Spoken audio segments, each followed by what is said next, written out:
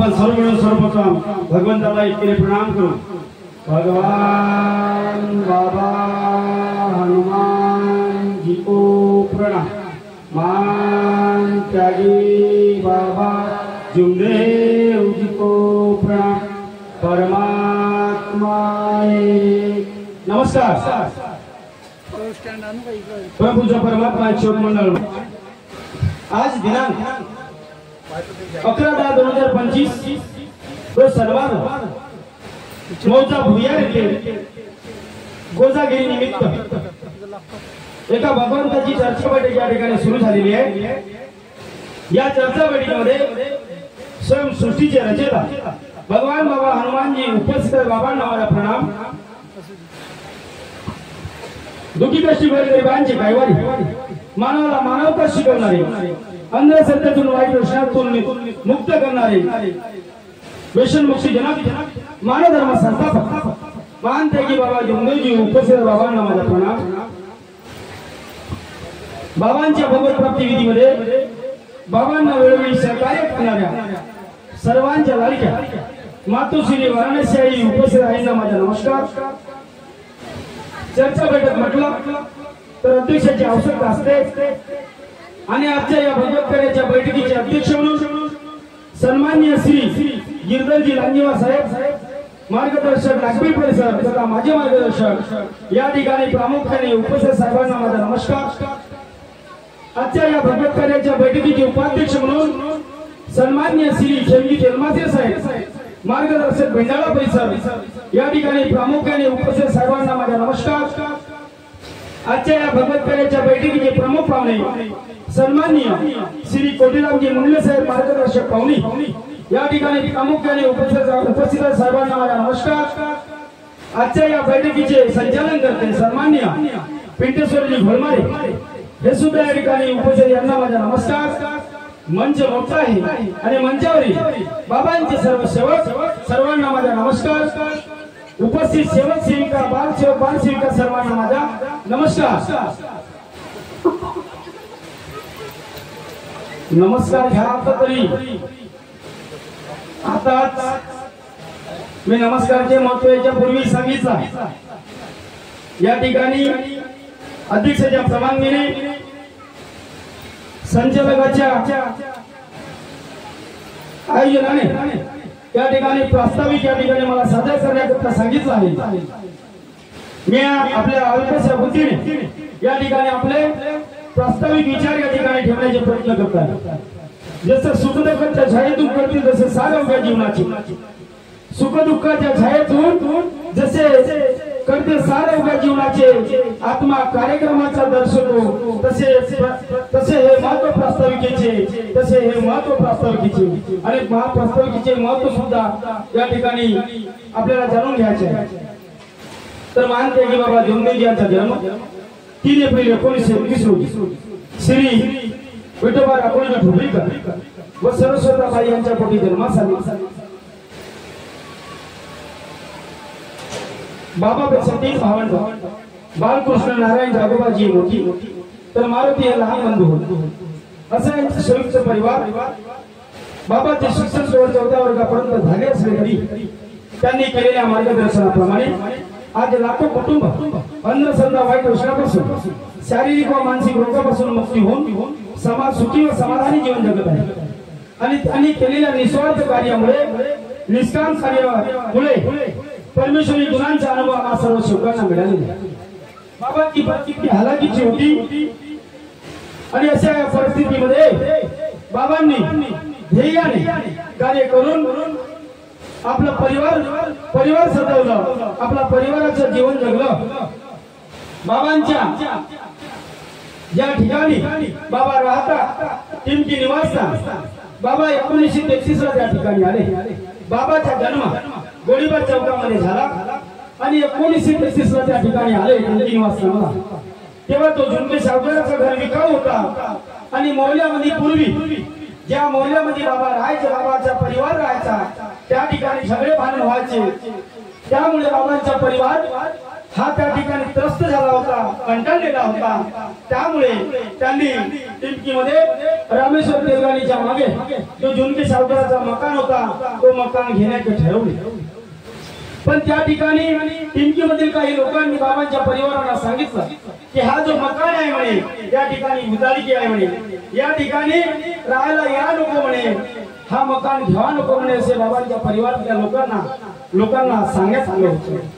पण बाबांचा परिवार गुरुमार्गी होता आणि ते त्यांचे गुरु यादवराव महाराज धापेवाल्याचे होते। त्यांच्या परिवारातल्या लोकांना वाटलं आम्ही होम हवन करू, पूजा अर्चना करू आणि भुताडकी संपूर्ण नाहीशी होईल असं परिवारातल्या लोकांना वाटलं आणि तो घर त्यांनी घेतलं।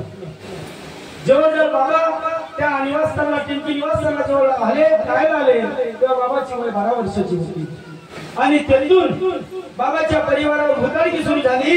तर जवळ 12 वर्ष भुताडकी चालली आणि घरी आलेली भुताडकी पहा कशी होती की घरी जन्मास आलेले बाळ कुत्र्यासारखे ओरडून मरून जायचे आणि त्या भुताडकीला सुपरिवार पूर्ण कंटाळून गेला। होम हवन केले, नाना प्रकारचे उपाय केले, पण समाधानी मिळाली नाही। कारण बाबांचा परिवार गुरुमार्गी होता त्यामुळे त्यांना आत्मविश्वास होता, पण तो आत्मविश्वास कुठेतरी चालला नाही, तो कमी पडला आणि बाबांचा परिवार हताश झाला। आणि असाच करता करता मान त्यागी बाबा जोमजींना हनुमान चालीसा वाचण्याचा छंद होता आणि हनुमान चालीसा वाचताना दिवसातून 2 ते 3 वेळा हनुमान चालीसा वाचत आणि भगवंताला काहीतरी घडवायचं होतं। परमेश्वराची लीला न्यारी या म्हणीप्रमाणे परमेश्वराला काहीतरी घडवायचं होतं आणि बाबाच्या मनात जेव्हा विचार चालू होता की या भुताडकीच्या नायनात लावण्याकरता कुठेतरी जायचं, कुठेतरी पर्याय शोधायचा, तेव्हा कधी येणारा मौल्याचा एक साधा व्यक्ती, ऋषी महात्मा नाही, साधा व्यक्ती मान त्यागी बाबा जोमजीच्या निवासस्थानामध्ये आला आणि बाबाला विचारलं म्हणजे कुठे चालले। दैवी शक्ती घडामोडी कधी कुणाला समजणार नाही आणि आम्ही माणूस समजू शकणारही नाही की दैवी शक्ती कार्य करता है दिखती नहीं और मानव कार्य करता है दिखता है। बाबांची शब्द आहे दैवी शक्ती घडामोडी काय होती, परमेश्वराला काहीतरी घडवायचं होतं आणि त्या माध्यमातून तो कधी न येणारा व्यक्ती बाबाकडे आला आणि बाबाला म्हणते कुठे चालले। बाबाने त्या व्यक्तीला समस्या सांगितली की अशी अशी भुताडकी आहे। पूर्ण समस्या सांगितल्याच्या नंतर त्या व्यक्तीने बाबाला सांगितलं की माझ्याजवळ एक संन्यासाचा मंत्र आहे म्हणे, संन्यासाचा मंत्र आहे म्हणे, तो कोणी केला नाही म्हणे आणि माझे वडील एका संन्यासाबरोबर राहत होते म्हणे, ते मरण पावल्यानंतर तो मंत्र तो विधी माझ्या वडिलांनी घरी आणलं म्हणे आणि माझ्या वडिलांनी सुद्धा करून पाहण्याचा प्रयत्न केलं म्हणे, पण काही लोकांना झाले, काही लोक मरण पावले म्हणे, असा तो विधी आहे म्हणे। आता जुने लोक सांगतात की तो नवनाथ पुराणातला विधी आहे, जुन्या लोकांनी सांगितलं आणि त्यांच्या मार्गदर्शनात माहिती झालं की तो नवनाथ पुराणातला नवनाथाचा विधी होता आणि तो खूप कठीण होता। त्यांनी सुद्धा बाबांना सांगितलं त्या व्यक्तींनी की विधी जरी साध्य झालं म्हणे, नीट नेटकेपणाने बरोबर केलं म्हणे, तुम्ही परिवार घ्या, परिवारातल्या व्यक्तीच का तर संपूर्ण कुटुंब संपूर्ण जगाला तुम्ही दुःखातून मुक्त करू शकता। परिवारच नाही संपूर्ण जगाला मुक्त करू शकता आणि साध्य जरी झाला नाही तर तुमचं जीवन जाऊ शकतं असं तो विधी होता। बाबांनी तो विधी परिवारातल्या लोकांकडे मांडला आणि सांगा म्हणे कोणी या विधी करण्यास तयार आहे। कारण बाबाला माहित होतं मी जरी एकटं केलं म्हणे तुमचे माझे भाऊ म्हणतील म्हणे की माझ्या भावाने विधी सांगितला नाही आणि एकट्याने साधना सुरू केली। परिवारातल्या लोकांनी सांगितलं पण कोणी विधी करण्यास सामोर आला नाही आणि बाबांनी म्हटलं मी विधी करण्यास तयार आहे म्हणे। एक भाऊ मेला म्हणून समजा म्हणे, माझा मुलगा आणि पत्नी आहे म्हणे, त्याचा सांभाळ तुम्ही कराल म्हणे। आणि बाबांनी ध्येय बनवलं, ध्येय काढलं आणि परमेश्वराची प्राप्तीस बाबांनी सुरुवात केली। म्हणून तुम्ही नेहमी म्हणतो की हवा वेगाने नव्हती, हवेपेक्षाही त्यांचा वेग होता, भगवत प्राप्ती करण्यामागे त्यांचा इरादा लेख होता। असा सरस्वताबाई विठोबाजी बाबांचा लेख जगात नव्हे लाखात नव्हे तर जगात आहे, लाखात नव्हे तर जगात आहे। त्या ध्येयाने बाबांनी परमेश्वरी प्राप्ती केली आणि परमेश्वरी प्राप्तीला बाबांनी सुरुवात केली। 26 नोव्हेंबर 1945 ला सुरुवात झाली आणि 6 जानेवारी 1946 ला विधीची समाप्ती केली आणि तेथून बाबाच्या परिवारातले जेव्हा रोगीरावावर दुःख होते ते नाहीनाट झाले आणि तेथून बाबांचा परिवार सुखी व समाधानी जीवन जगला। जवळ जवळ 2.5 ते 3 वर्ष लोटले। बाबाला परमेश्वराचा परिचय नाही। हनुमानजीला बाबा भगवान म्हणून पूजित होते, परंतु परमेश्वराचा परिचय नसल्यामुळे जवळजवळ 2.5 ते 3 वर्ष त्याची गॅस चालली आणि कधी नाही येणारी शांताबाई रंगारी समाजाची बाई बाबाकडे आली आणि बाबाकडे झाल्यानंतर तिची क्रिया भूताळकीची होती। तिच्या अंगात पलित होतं, शैतान होतं, जी हवा होती ती स्वतःच्या मात स्वतः खायची आणि ती क्रिया बाबांनी बरेचसे दिवस सुरू ठेवली। कोण कुणासाठी कोण काय करते हो, आपण स्वतःसाठी त्यागाचे साधे काही नाही करू शकत। मार्गदर्शक सांगतात की 3 वर्ष झाले, 5 वर्ष झाले, तुम्ही त्यागी होऊन जा, पण आपण त्यागी होत नाही। कोण कुणासाठी मरणार, कोण कुणासाठी करणार, या मार्गात आल्यावर सुखी समाधानी झाल्यावर हे आमचे विचार झाले आहे तेव्हा सुखी समाधानी झाल्यावर अरे आई ना वही रहता है चेहरे बदल जाते हैं, आई ना वही रहता है चेहरे बदल जाते हैं, सेवक वही रहता है लेकिन विचार बदल जाते हैं। कब? सुखी होने के बाद। इस मार्ग में आने के बाद, सुखी होने के बाद विचार बदल जाते हैं और फिर से कर्म भोग में चले जाते हैं। बाबांनी काही केले नाही, त्या बाईसाठी 42 दिवस हवन घडवले। 42 दिवस हवन घडवूनही त्या बाईची भूताळकी नाहीशी झाली नाही। हताश झाले बाबा। 43वा दिवस जर लागला, सकाळी 6 वाजतापासून तर सायंकाळी 6 वाजेपर्यंत जेवण नाही, खाना नाही, काही नाही, आंघोळही नाही। त्या बाईची भूताळकीची जी क्रिया होती ते भूताळकी काढण्यामध्ये बाबाचा पूर्ण दिवस गेला, पण त्या बाईची भूताळकी निघाली नाही। त्या बाईला बाबा काय म्हणतात, हे आखरी भूखे भाई बोले, इसके बाद मेरे पास नहीं आना बोले, हे आखरी भूखे बोले, इसके बाद नहीं आना बोले। तेव्हा त्यांनी प्रतिज्ञा केली की हे हनुमानजी, आम्हाला वाटलं मी हनुमानजीची प्राप्ती करून, हा हनुमानजी अशक्त आहे म्हणे, कमजोर आहे म्हणे, ज्या देवी देवतांनी दर्शन दिलं म्हणे ते कमजोर आहे म्हणे, या कल्पना रूपी शक्तीला नष्ट करू शकत नाही म्हणे। मैं आज से किसी भगवान को नहीं मानूंगा बोले, अशी प्रतिज्ञा घेतली बाबांनी की मैं आज से किसी भगवान को नहीं मानूंगा। आणि त्या प्रतिज्ञा घेतल्यानंतर, त्या प्रतिज्ञेनंतर त्या बाईला आपली भूक मारून दिली, इसके बाद मेरे पास नहीं आना बोले। त्या बाई गेली तर पुन्हा बाबाकडे आली नाही आणि बाबांनी केलेल्या प्रतिज्ञेकडे लक्ष गेला की अशी कोणती शक्ती आहे म्हणे, अशी कोणती शक्ती आहे म्हणे। केलेल्या प्रतिज्ञेकडे लक्ष गेला कि मैं आज से किसी भगवान को नहीं मानूंगा। मग बाबांनी हनुमानजीला प्रश्न ठेवला कि हा हनुमान जी बोले, विश्व में ऐसी कौन सी शक्ति है जो इस कल्पना रूपी शक्ति को नष्ट कर सके। भगवान किसे कहे और शैतान किसे कहे, इसका स्पष्टीकरण हमें समझा दो बोले कि किसे भगवान कहे और किसे शैतान कहे। तो हनुमान जी ने बाबाला मार्गदर्शन केलं कि विश्व में और एक शक्ति है बोले, जो इस कल्पना रूपी शक्ति को नष्ट कर सकती है बोले, उसे प्राप्त करने के लिए तुम्हें 5 दिन हवन करना पड़ेगा बोले। आणि ठरल्याप्रमाणे बाबांनी पुन्हा 5 हवन कार्य सुरुवात केली आणि याच 5 हवन कार्याच्या दरम्यान हिंदू धर्मातील सर्व देवी देवतांनी आपापला परिचय दिला। त्यानंतर एका भगवंतांनी परिचय दिला आणि परिचय देताना सांगितलं कि मैं सबका एक भगवान बोले। काय म्हणतो भगवान बाबाला, मैं सबका एक भगवान हूँ बोले। सेवक तू मुझे कहाँ ढूंढ रहा है बोले, मैं 24 घंटे तेरे पास हूँ बोले, जिस पर मैं तुझसे छूट जाऊंगा बोले तेरा शरीर मृत्यू हो जाएगा बोले। तेव्हा बाबाला असं वाटलं की अशी कोणती शक्ती आहे म्हणे की परमेश्वर माझ्यापासून निघून गेल्यानंतर मी मृत्यू पावेन। 10 मिनिटं स्तंभवर आले बाबा निराकार अवस्थेत। बाबांनी विचार केला,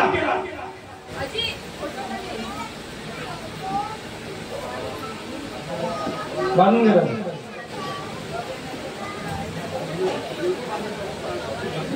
सर्व सर्वांनी शांत चित्ताने बसा आपल्या जागी। बाबांनी विचार केला की अशी कोणती शक्ती आहे जिच्यामुळे मी जिवंत आहे।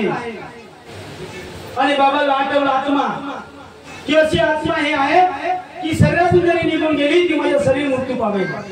तेव्हा बाबाला खऱ्या अर्थाने एका परमेश्वराचा परिचय झाला, पण आम्हा सेवकांना नाही झाला. तिकडे काय पाहिजे, त्यांचे कार्य ते करतात, आपले कार्य आपल्याला करावचे. मी नेहमी म्हणत असतो की भगवत कृपा या ठिकाणी जागृत आहे, पण आम्ही सेवक समजून राहिलो नाही. बाबाला त्या परमेश्वराचा परिचय झाला. या 5 हवनाच्या दरम्यान, पण आम्हा सेवकांना 9 हवन झाले, 5 वर्ष झाले, 10 वर्ष झाले, 20 वर्ष झाले. लोक सांगते आम्हाला 50 वर्ष झाले, पण परमेश्वराचा परिचय अजूनपर्यंत झालेला नाही. म्हणून हे आमची वास्तुस्थिती सेवकांची आहे. परमेश्वराचा आम्हाला परिचय झाले नाही. बाबाला परिचय झाला एका शब्दात कि सेवक है भगवान हूँ, तू मानव है, मैं जानता हूँ मानव है बेईमान है, उनमें से तू एक मानव है. बोले भले ही तूने मुझे प्राप्त किया, तेरे जैसे किसी ने मुझे प्राप्त किया है. बोले भगवान, इसका स्पष्टीकरण और उत्तर ये है कि तेरे जैसे कितने ने अब तक मुझे प्राप्त किया है. बोले लेकिन खुद ही भगवान बन गए. बोले आम्ही तेच केलं. आता भगवान बाबाला बनवून ठेवण्याचा प्रयत्न केला. व्यक्तिगत हार टाकतो, अगरबत्ती लावतो, कापूर लावतो, पूजन करतो, वगैरे वगैरे करतो. परमेश्वराचा परिचय आम्हाला होऊन आलेला नाही.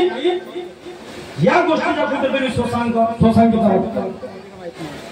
म्हणून बाबाला म्हणावं लागलं, सेवक बांधवांनो, आमच्या सेविका मातांनो, की आज मला खंत वाटते म्हणे, मी सेवकांना 40 वर्षात काही शिकवू शकलो नाही. बाबांना शिकवलं नाही का? बाबाने जीवपाल शिकवलं. 48 वर्ष मार्गदर्शन केलं आम्हा सर्व सेवक सेविकांना. चंदनापरी देवजीच्यावर रक्ताचे पाणी, हाडाचे मणी, मणीप्रमाणे.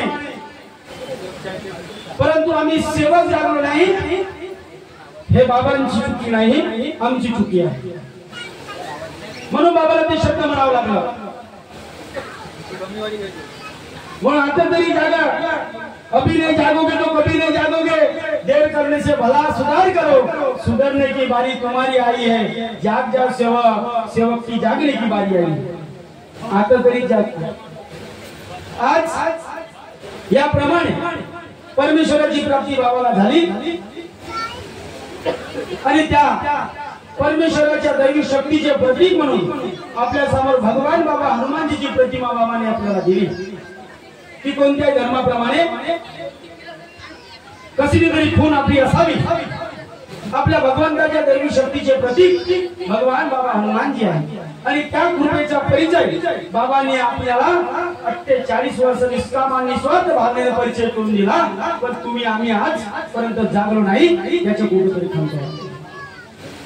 आज कोजागिरी निमित्त या भुयार या ठिकाणी सर्व सेवकांच्या सहकार्याने, माझ्या नाही किंवा मी एकटं काही करू शकत नाही, भुयार परिसरातील संपूर्ण सेवकांच्या सहकार्याने आज भुयार या ठिकाणी कोजागिरी निमित्त हा कार्यक्रम आयोजित केलेला आहे. कोजागिरीचे महत्व सर्वांना माहित आहे की बाजीरावजी माटे, शांतीनगर, नागपूर यांच्या निवासस्थानापासून कोजागिरीची सुरुवात झाली आहे. बाबांचे गुरुभाऊ बाजीरावजी माटे हे कंदील लावण्याचा व्यवसाय करत होते. आणि कंदील लावण्याचा व्यवसाय करताना बाबांनी त्याला विचारलं की म्हणे बाजीराव, जो तू व्यवसाय करतो त्या व्यवसायामध्ये तुझा प्रपंच चालतो का? त्याने नाही बाबा. तर तू दुसरा व्यवसाय का नाही करत म्हणे.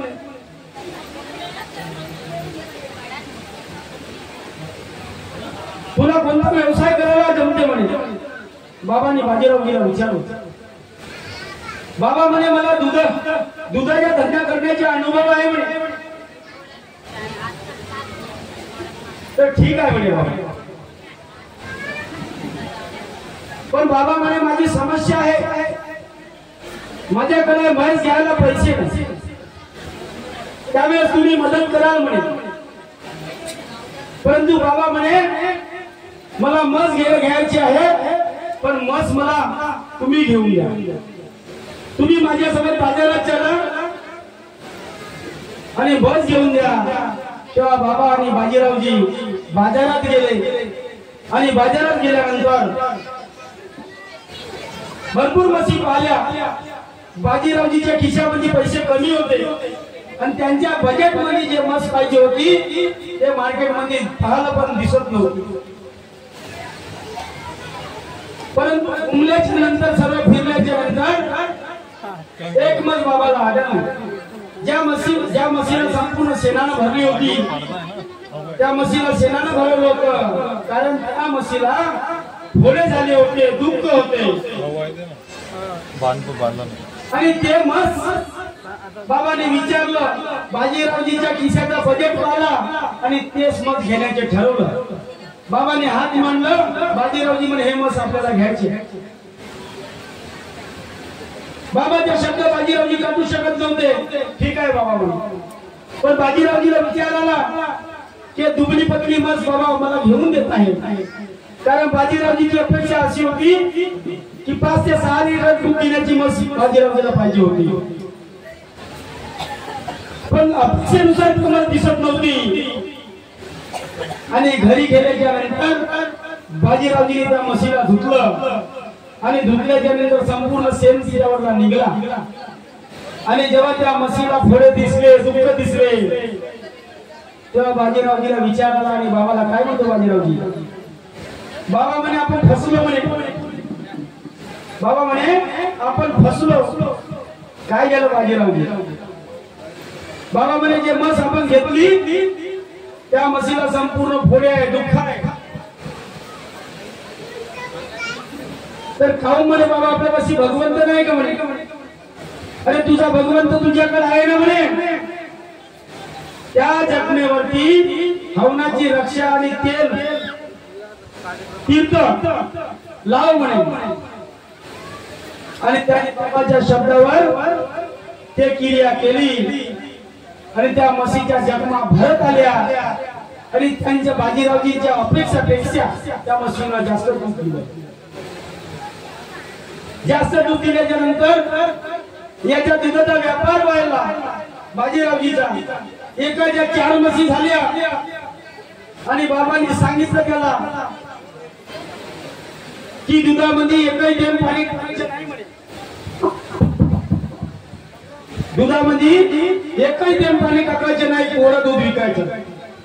बाबाच्या आदेशाचे बाजीरावजीने पालन केलं आणि एकही थेंब दुधात पाणी टाकलं नाही आणि कोरा दूध विकणारे व्यक्तिमत्व म्हणजे शांतीनगरचे बाजीरावजी माटे हे प्रसिद्ध झाले त्या एरियामध्ये आणि दुधाचा व्यापार त्यांचा हळूहळू वाढू लागला। त्याला आनंद झाला माटेजीला। बाबाकडे गेला आणि बाबाला म्हणतो की बाबा माझा व्यापार व्यवसाय खूप जोमाने आणि चांगला चालत आहे, तेव्हा आमच्याकडे तुम्ही दूध घेण्यात चला। दैवी शक्ती घडामोडी कार्य करते हे दिसत नाही, मानव कार्य करते मी नेहमी म्हणतो दिसते। बाबांनी नकार दिला आणि बाजीरावजीला सांगितलं वेळ येईल तेव्हा येऊ म्हणे, वेळ येईल तेव्हा येऊ म्हणे आणि वेळ आली। दैवी शक्ती घडामोडी काहीतरी परमेश्वराला घडवायचं होतं। परमेश्वराच्या मर्जी विना या सृष्टीवर आपल्या काही घडू शकत नाही हे लक्षात ठेवा। माझे आहे करता करता ओझे झालं म्हणे बाबा। आता आले म्हणे बाबापाशी मार्गात ओझा हलका करायला। पुन्हा माझे आहे करता म्हणे पुन्हा ओझे होईल म्हणे। मग आता तरी माझे आहे करत बसून घरी बसू नका। वेळ आली, 2-4 सेवक घेऊन बाबा माटेजीकडे आले। तो दिवस होता शरद पौर्णिमेचा म्हणजेच कोजागिरीचा। आता दिवस चांगला समजला त्यामुळे आणि ज्या ठिकाणी बाबा बसायचे त्या ठिकाणी भगवत कार्य सुरू होऊन जायचे। बाबा मातेजीकडे बसले, काही सेवक होते, परमेश्वरी गुणांची चर्चा बैठक, परमेश्वराचे गुण त्या ठिकाणी झाले, दूध आटवण्यात आलं आणि त्या ठिकाणी दूध घेण्यात आलं, त्या ठिकाणी दूध घेण्यात आलं आणि माझ्यासारखा एक चतुर आणि हुशार सेवक पुन्हा त्याच बैठकीमध्ये उठला। बाबा म्हणून म्हणायचे की या मार्गाचे सेवक खूप चतुर आहे म्हणे, हुशार आहे म्हणे, आहे माझ्यासाठी काही कमी हुशार नाही, लई हुशार आहे। एक सेवक होता, त्याच्या मनात स्वार्थ होता, त्याला माहित होतं की बाबा माझ्या घरी येतील, माझ्याकडे मशीन बरोबर दूध देत नाही आणि माझा व्यवसाय बरोबर चालत नाही, मनात स्वार्थ होता। बाबा काय म्हणतो तो बाबाला? बाबा म्हणते माझ्या गच्चीवर भरपूर जागा आहे, पुढची कोजागिरी बैठक माझ्या गच्चीवर घेऊ। त्याला माहित होतं की बाबा माझ्या घरी येतील, बसीवर हात ठेवतील आणि त्या बसी लवकर लवकर दूध देतील, माझा व्यापार वाढेल, म्हणजे जास्त दूध देतील, हा त्याच्या मनात स्वार्थ होता। बाबा अंतर्यामी होते, वळकून टाकत होते आणि त्याप्रमाणे नंतर लालगंज देवळामध्ये कोजागिरी झाली, त्याची सुद्धा एक खूप सुंदर अनुभव घडला। म्हणजे लालगंज देवळामध्ये पुन्हा कोजागिरी करण्यात आली आणि त्या कोजागिरीमध्ये बाबा सेवकांनी बाबाला विनंती केली की बाबा आपण असाच दूध घेतो, तर त्या दुधामध्ये थंडाई टाकून दूध घेऊ। बाबा सेवकांच्या इच्छेला मारत नव्हते, बाबांनी होकार दिला आणि सेवकांनी दुधात थंडाई टाकली, सेवकांनी दुधात थंडाई टाकली आणि तो सर्व सेवकांनी सेवन केलं आणि बाबा निवासस्थानाला गेले, काही सेवक गेले, काही सेविका गेल्या आणि मग 10-12 सेवक जशी येथे काही मोजके सेवक या भुयारमध्ये या कार्यामध्ये सहकार्य करून राहिले, कालपासून राबून राहिले। या भुयारमध्ये कोजागिरी कार्यक्रमानिमित्त मोजके काही 10-15 सेवकांचे दिवस रात करून राबून राहिले, त्याप्रमाणे तेथी सुद्धा 10-12 सेवक होते लालगंज देवळामध्ये आणि उरलेला दूध यांनी 2-2 गिलास 1-1 गिलास सेवन केलं। दुधाची लिमिट जास्त झाली, थंडाईची लिमिट जास्त झाली आणि हे कोणी गच्चीवरच पडले, कोणी पायऱ्यावर पडले आणि कोणी सडकावर सेवक पडले आणि हा सर्व दृश्य सेविकांनी पाहिला की जास्त नशा झाली आणि सेवक लोटांगण गेले। हे समस्या मानटकी बाबा जोगणीच्या निवासाला दुसऱ्या दिवशी नेण्यात आली, बाबाकडे समस्या सांगण्यात आली। बाबांनी या गोष्टीवर विचार केला, बाबाला कुठेतरी वाटलं की या मार्गाचे सेवक व्यसनाधीन जाऊ नये, यांचे लक्ष एकाच परमेश्वराकडे लागावं। यांनी जरी व्यसन केलं तर परमेश्वराकडे लक्ष लागणार नाही, कारण की बाबाने सांगितलं साधे कार्य देण्यामागे उद्देश एक चित्त एक लक्ष भगवान मनाची एकाग्रता। ह्या गोष्टी तुम्ही साध्या कार्य जोपर्यंत तयार करत नाही तोपर्यंत तुम्हाला आत्मप्रचिती मिळत नाही। हा या मार्गाचे शिकवण आणि प्रॅक्टिकल अनुभव आहे। यांचं लक्ष परमेश्वराकडे लागणार नाही आणि व्यसनाधीन जाती त्यांची गृहस्थी कुठेतरी खालावेल, हा उद्देश ठेवून तेव्हापासून मानते की बाबा जोगणीजीने वाईट व्यसन जो 5 नियमामध्ये तिसरा नियम आहे अनेक वाईट व्यसन, त्या नियमावर भर टाकली आणि त्या नियमामध्ये तेव्हापासून अनेक वाईट व्यसन बंद करलं। बाबांनी संपूर्ण वाईट व्यसन बंद केलं, म्हणून आज तुम्ही आम्ही सुखी व समाधानी जीवन जगत आहोत, आमची गृहस्थी वंचित आहे। या मार्गात आलेला सेवक म्हणून बाबांनी म्हटलंय, दावा केलं बाबांनी माझ्या। आता त्या दिवशी आम्ही MP आष्टी मध्ये गेलो, खाप्याचे मार्गदर्शक ठोकर साहेब उपाध्यक्ष म्हणून त्या ठिकाणी विराजमान होते, मी अध्यक्ष म्हणून त्या ठिकाणी विराजमान होतो। तेव्हा त्यांनी सांगितलं, जेवता जेवता माझ्या सहकारी होते काही सेवक मंडळी, ते शब्द म्हणे वाणी साहेब माझ्या घरचे आहेत म्हणे खाप्याचे मार्गदर्शक ठोकर साहेब, की या मार्गात आलेला सेवक बाबांच्या तत्व शब्द नियमाने चालतो आहे तर जीवनात दुखी आणि गरीब राहणार नाही। हे शब्द माझ्या बाबाने बोललो म्हणे माझ्या निवासस्थानामध्ये। 1978 ला मार्गात आलो म्हणे आम्ही, त्यांनी खूप सुंदर अनुभव त्या ठिकाणी सांगितलं ठोकर साहेबांनी। या मार्गात आलेला सेवक दुखी कष्टी गरीब राहणार नाही, हे वाक्य माझ्या बाबाचे आहे म्हणे आणि राहील आपल्या आणि आहे व्यसनातून मुक्त झालो, अंधश्रद्धेतून मुक्त झालो, नाना प्रकारे जाणारा पैसा, बुवाबाजी मध्ये जाणारा पैसा, अंधश्रद्धेमध्ये जाणारा पैसा आमचा वाचला आणि आमची गृहस्थी उंचावली। प्रत्येक सेवकांची जो सेवक आहे माझ्या धर्माचा, मी म्हणत नाही कुणाला की हा सेवक आहे तो सेवक नाही, नाही। बाबांनी सांगितलं प्रत्येकाने आपल्या अंतरात्म्याला विचारा म्हणे की बाबांनी तत्व शब्द नियम दिले आणि मी कितपत त्या नियमानं वागतो, हे प्रत्येकाने आपल्या अंतरात्म्याला विचारा म्हणे, अंतःकरणाला विचारा म्हणे। याला त्याला दोन दिण्यात काही गरज नाही म्हणे। मग जो सेवक या धर्माचा आहे तो जीवनात बाबांनी दिलेल्या तत्वशब्द नियमाने अगर चालतो आहे तर दुखी कष्टी गरीब राहू शकत नाही। हा माझ्या बाबाचा दावा आहे। ठाऊकर साहेबांनी त्यांच्या घरचे शब्द म्हणून सांगितलं आहे। म्हणून याची त्याची निंदा नालस्ती करण्याची गरज नाही, याच्या त्याच्या फोटो दाखवण्याची गरज नाही। आज मी एक सेवक झालो 2012 ला बाबाशी जुळलो। सन्माननीय माझे मार्गदर्शक लांजीवार साहेब 2018 ला जुळलो, 16 ला जुळलो आणि 2016 ला साहेबांकडून मी त्याग केला, त्यागी झालो आणि साहेबांच्या मार्गदर्शनानुसार मी आजपर्यंत 2025 पर्यंत मार्गदर्शक पदावर आलो। तरी त्यांच्या मार्गदर्शनाखाली त्यांच्या विचाराखाली मी माझे जीवन जगण्याचे कार्य करून राहिलो।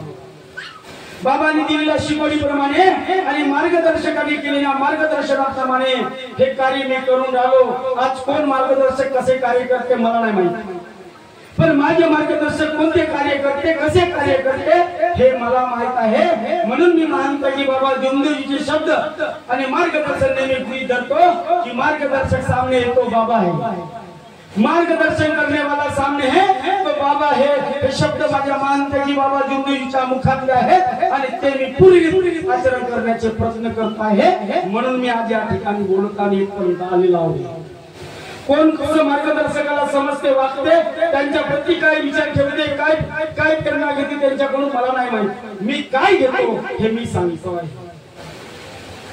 पण आज स्वतःच्या स्वार्थाकरिता जास्त मी बोलणार नाही, कारण की मंच मोठं आहे। स्वतःच्या स्वार्थाकरिता निंदा नालस्ती करणारे फसवणारे सुद्धा लोक मी मार्गदर्शक पदावर आलो तेव्हापासून पावलं आहे। मी हे वाक्य कधी मार्गदर्शनात 3 वर्षात बोललो नाही, पण आज मला या ठिकाणी बोलावंसं वाटते म्हणून मी या ठिकाणी बोलतो आहे। त्यात माझ्या एका व्हिडिओ मध्ये बाबाच्या शिकवणीविरुद्ध अतिरिक्त मार्गदर्शन नाही। गुरुस्ती वर्ती चालली बाबाच्या कृपेने। आता सांगितलं बाबांचे दावा आहे आणि ठाऊकर साहेबाच्या घरचे शब्द आहे।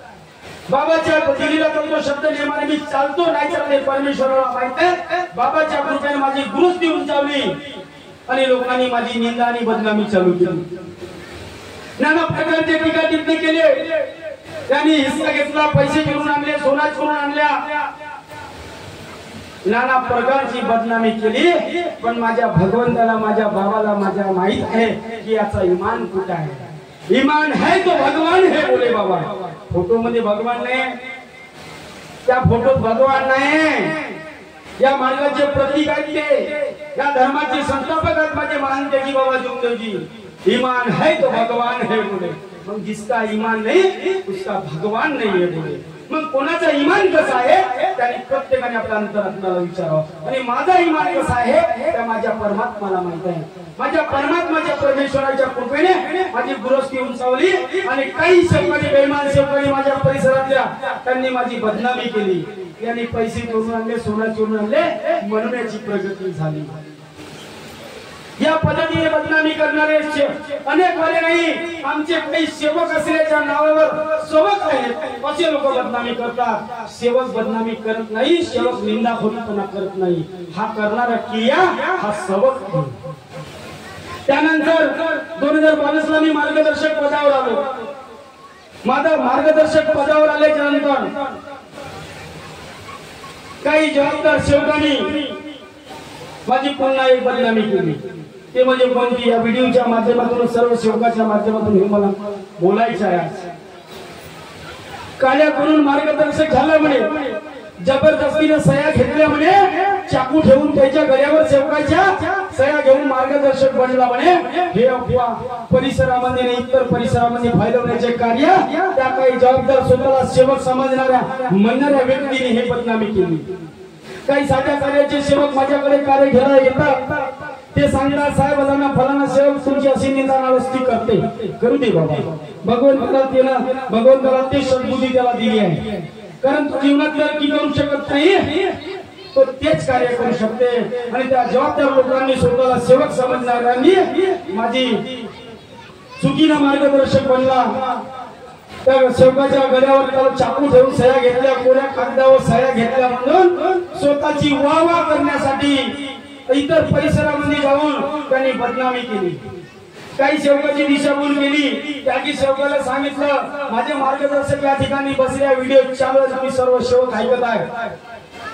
त्या सेवकांना मी पुरावा दिला, 2016 ला माझा त्याग झाला, 2022 ला मी मार्गदर्शक पदावर बाबाच्या कृपेने, भगवंताच्या कृपेने आणि तुमच्या सर्व सेवकांच्या सहकार्याने आणि माझे सहकारी मार्गदर्शक खेमजी तेलमासे साहेब, माझे मार्गदर्शक लांजेवार साहेब आणि मुंडे साहेबांच्या सहकार्याने मी या पदावर आलो।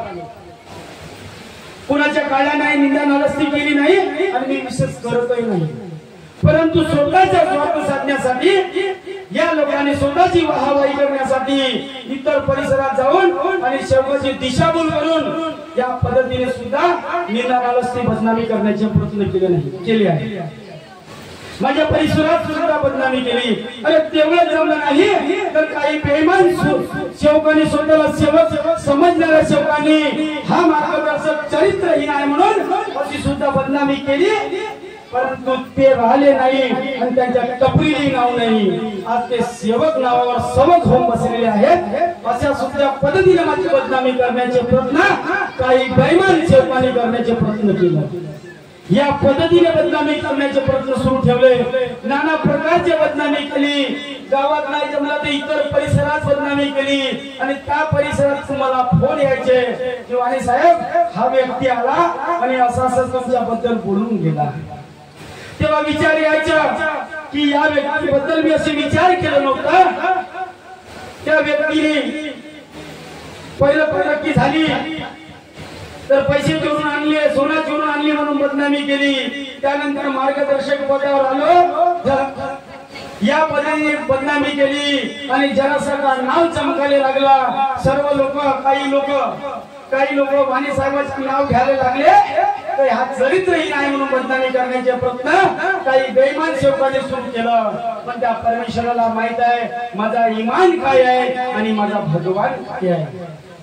असे नाना प्रकारचे बदनामी करणारे सेवक,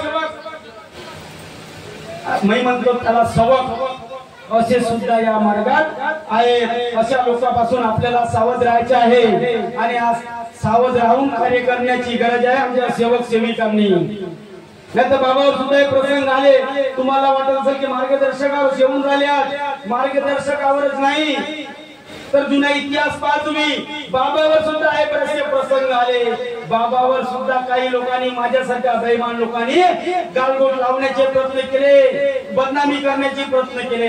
आमचे मार्गदर्शक मरण पावले नाही, जिवंत आहे जयरामजी दिगोरे, ज्याचा अनुभव सांगला बाजीरावजी माटे, ज्यांच्या घरून कोजागिरीची सुरुवात झाली, या माणसाने बाबाच्या विरोधात जाऊन बाबाची बदनामी केली, बाबाला शिव्या दिल्या, आज जिवंत आहे आमचे दिगोरे बाबाजी। तो का सांगते म्हणे लंगडा बाबाला, 6 डिसेंबर 1992 ला बाबाचा जेव्हा अर्थात पाय कापण्यात आला तेव्हा बाबाला हा शिवा देणारा बाजीराव माटे, 2 नंबरचा सेवक ज्याला बाबाने गुरुभाव मानलं होतं। तुम्हा लांजेवार साहेबांनी आम्हाला कोणताच भाव नाही मानलं, आम्ही फक्त सेवक आहोत, त्यांच्या गटातून त्यांच्या अधिकारातून। अरे ज्याला गुरुभाव मानला त्या व्यक्तीने बाबाला नाही सोडलं तर तुम्ही आम्ही कोण आहोत? तुम्ही आमच्यासारख्या बेईमान मानवाला सोडणार आहे का? सेवक नावाच्या खाली सवक असणारे लोक, असे लोक आम्हाला सुद्धा सोडू शकत नाही। बाबाला म्हणे बाबा पैसे जमा करतील आणि अमेरिकेला जाऊन घेऊन जातील म्हणे पोराकडे, हे सुद्धा बाबाच्या बदनामी केल्या। काय बदनामी नाही केल्या, म्हणून निंदा नालस्ती कोणी करू नये। पेज नंबर 31 बाबांचे उपदेश, जीवनात माणसाचे तत्त्व काय आहे?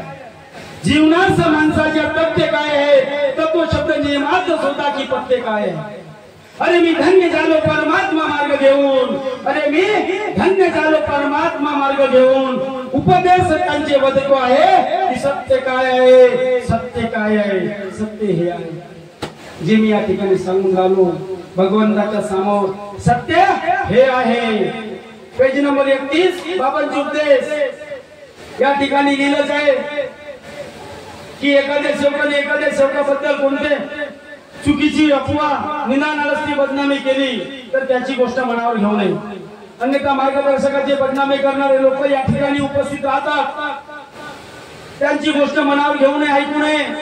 त्यांची गोष्ट जर तुम्ही ऐकली आणि त्यांच्याबद्दल तुमच्या मनात विचार जरी आले त्या भगवंतात वाईट विचार आले म्हणजे बाबा पुढचं भविष्य काय तुम्हाला भगवंत साथ देणार नाही म्हणे भगवान दूर चालला जाईल म्हणे आत्मा राहील आत्मा निघून जाईल म्हणजे शरीर जाईल असं नाही आत्मा निघून जाईल म्हणजे शरीर जाईल असं आहे पण भगवान दूर जाईल म्हणे हे बाबांचे शब्द आहे ती दैवी शक्ती दूर जाईल म्हणे हे बाबांचे शब्द आहे म्हणून कोणाच्याही निंदा नालस्तीमध्ये सेवकांनी सेविकांनी फसू नये बोलणं पुष्कळ आहे हे मुद्दे माझे घेण्याचे कारण तुमच्या सर्व सेवक सेविका समोर माझी खूप मनातून बहुत दिवसापासून इच्छा होती पण आज परमेश्वराला मी बहुत वेळा विनंती केली की भगवंत काय मला बोलायचे आहे पण बोलू देत नव्हतं भगवंत पण आज या ठिकाणी बाबांनी मला योग दिला ते माझ्या मुखकमलातून हे शब्द बाहेर काढले आणि मी हे तुमच्या समोर बोललो म्हणून अशा लोकांपासून सर्व सेवक सेविकांनी सावध राहायचे आहे आणि जे लोक मार्गदर्शकाची बिनावाची निंदा नालस्ती बदनामी करतात काय म्हणलं बाबांनी माहित आहे काय समजतो कसं समजतो धर्माला आम्ही म्हणून मी पहिलंच म्हणलं 40 वर्षाच्या सेवकांना आम्ही काही शिकवू शकलो नाही हे म्हणण्याची पारी का बरं आली बाबा अरे गुरुची अवहेलना करनी इतनी साधी बात नहीं है बोले बाबा क्या बोले बाबा क्या बोले पांडव जी मजाक नहीं कर रहे बोले अरे मैंने इस मार्ग में किसी गरीब की मजाक नहीं की बोले आज तक नहीं की बोले अब तुम आए बोले इस मार्ग में किस लिए मजाक करने के लिए आए हो बोले बाबाचे शब्द आहे लक्षात ठेवा शिकलो नाही 48 वर्षातही गुरु की अवहेलना करनी इतनी सादी बात नहीं होती बोले गुरु की अवहेलना करनी यानी भगवान की अवहेलना करनी इसके बराबर होती है बोले अगर तुम गुरु की अवहेलना करती हो तुम अगर गुरु की अवहेलना करती हो तो उसके बाद कहाँ जाओगे बोले गुरु की अवहेलना करने यानी भगवान का अवहेलना करने बराबर होती है बोले बाबा हे मानते की बाबा जोंधळी जी शब्द आहे म्हणून या शब्दातून या मार्गदर्शनातून आपल्याला जागायचे सेवक मित्रांनो सेविका माझ्या पायीनो नाहीतर आमचे मार्गदर्शक नेहमी सांगतात गेला गेला गेला जन्म वाया गेला म्हणायची म्हणते बामुपुरी साहेब आम्ही आज जरी जागलो नाही आज जरी शिकलो नाही अरे उद्या शिकणार नाही नळी फुटले सोनारे आणि इकडून तिकडून गेले बरे काही लोक ऐकतात काही सेवक ऐकतात काही सेविका ऐकतात मी नेहमी म्हणत असतो 300 रुपयाची रोजी 200 रुपये पेट्रोलचा खर्च असे 500 रुपये देऊन भगवत कार्याला जातो मग आपण किती जीवापाळ काहीतरी घेतलं पाहिजे जेणेकरून आपल्या गेल्याचं जाण्याचं सार्थक ठरलं पाहिजे नाही तर नळी फुटले सोनारे आणि इकडून तिकडे गेले वारे या म्हणीप्रमाणे जरी या ठिकाणी बसलो तर 40 वर्षात का बाबाने जेव्हा म्हटलं आम्ही 20 वर्ष 30 वर्ष 50 वर्ष जरी मार्गात राहू तर 50 वर्ष बैठकी अटेंड करू तरी आम्ही शिकणार नाही म्हणून आपल्याला शिकायचे आहे आणि मी या ठिकाणी शिकवासाठी प्रस्तावना करत नाही मीच नाही शिकलो मीच माझ्या मार्गदर्शकाला नेहमी विचारत राहतो मला काहीच नाही समजत मी नेहमीच म्हणत असतो आणि अज्ञानी बाबाचा सेवक आहे मला मानव धर्माप्रमाणे काहीच नाही समजत मी माझ्या मार्गदर्शकाच्या विचाराने आणि मार्गदर्शनाप्रमाणे कार्य करत असतो की जेणेकरून मी जीवनात चालताना कुठेतरी चुकलो नाही पाहिजे कर्मभोगात फसलो नाही पाहिजे म्हणून त्यांच्या विचाराच्या माध्यमातून आणि त्यांनी दिलेल्या उपदेशातून मी आपले विचार बनवत असतो म्हणून गुरुची अवहेलना करणे इतनी साधी गोष्ट नाही म्हणून गुरु समझा गुरु म्हणजे प्रत्येकामध्ये देव आहे जो माने भला उसका और जो ना माने उसका भी भला बोले बाबा जो माने उसका भी भला और जो ना माने उसका भी भला समझा गुरु आणि प्रत्येक भगवान आहे मग आज तुमच्या आमच्या सर्वांमध्ये भगवान आहे म्हणजे कुठं पाहतो आता देवाऱ्यात पाहता म्हणे तुम्ही देव आहे देवाऱ्यात आणि आत्मा खाली आहे म्हणे मग कुठं पाहता म्हणे हो ना म्हणे एखादं जण उभं चांगले चांगले मास्टर बसले होते आम्ही शिकलेला आणि मार्गदर्शकाचे मास्टर बसले होते बाबा बरोबर हो ना म्हणे एखादी मास्टर उभा सांगा म्हणे कुठे भगवान पाहतो अरे चुकल तर चुकल म्हणे समजावून देतो म्हणे मी पाहतो तर भगवान दिसते म्हणे आणि तुम्ही पाहतो तर का दिसते सैतान कुठं पाहतो फोटो सडकावर घरावर झाडावर अरे कुठं पाहतो भगवान देवाचे ठिकाण नाही म्हणे आमच्याकडे अरे खरी गोष्ट आहे देवाचे जरी ठिकाण असतं तर आम्ही निंदा नसती, बदनामी कोणाच्या केल्या नसत्या. स्वतः सेवक म्हणतो तर मग त्या सेवक या पदवीनुसार आमचे विचार आणि कर्म असायला पाहिजे. तेव्हा आम्ही मानव धर्माची खरी सेवा वृत्ती असली पाहिजे, त्यागमय प्रवृत्ती असली पाहिजे, तेव्हा खरे सेवक. आज या भुयार परिसरामध्ये 70-80 परिवाराचे सेवक आहे आणि कालपासून 10-15 परिवाराचे सेवक इथे काम करत आहेत. आणि कोणाला धंदे आहेत, कोणाला काम आहेत, कोणाला बिझनेस आहे, कोणाला हाय, कोणाला तो आहे. मग तुमची का हो, तुम्ही स्वतःला सेवक समजता? सेवा वृत्ती आहे. से म्हणजे सेवा करणे, व म्हणजे वचन म्हणतात आणि क म्हणजे कर्म करतात. मग आमची सेवा वृत्ती कुठे गेली? मग जो भगवंताला वचन दिलं, वचन म्हणजे कुठं आहे? कर्म करता म्हणतो आम्ही. मानव कर्म करता प्राणी आहे. आमचे कर्म करण्याची क्रिया कुठे आहे? मला कामायची, मला बैठकीला भेटण्याची, मला हा कामाला जी, याला सेवक असते. सेवक कसा पाहिजे? मानते की बाबा जुंदीजीचा की ध्येय धोरणाने चालणारा, बाबाचं नाव घेतलं तरी त्याचे रक्त साचवलं पाहिजे. बाबाच्या कार्यासाठी तो अर्ध्या रात्री धावून निघाला पाहिजे. त्याला सेवक म्हणतात. त्याची सेवा वृत्ती पाहिजे, त्यागमय प्रवृत्ती पाहिजे. त्यागाशिवाय या मार्गात प्राप्ती नाही आणि त्यागाशिवाय या मार्गात मुक्ती नाही. नाही त्यागी सेवक पाहिले, त्यागी सेविका पाहिल्या, भूत येते अंगात. बोलाचे पुष्कळ आहे आणि वेळ माझा होत आलेला आहे. बोलाचे पुष्कळ आहे म्हणून जाग जाओ सेवक, जागने की बारी आज आई है. अभी नहीं जागोगे तो कभी नहीं जागोगे. देर करने से बड़ा सुधार करो. सुधरने की बारी तुम्हारी हमारी आई है. सुधरने की बारी तुम्हारी हमारी आई है. मग सेवक बनलो आपण. सेवकासारखे विचार असायला पाहिजे, सेवकासारखे कर्म असायला पाहिजे, सेवकासारखे कर्तृत्व असायला पाहिजे.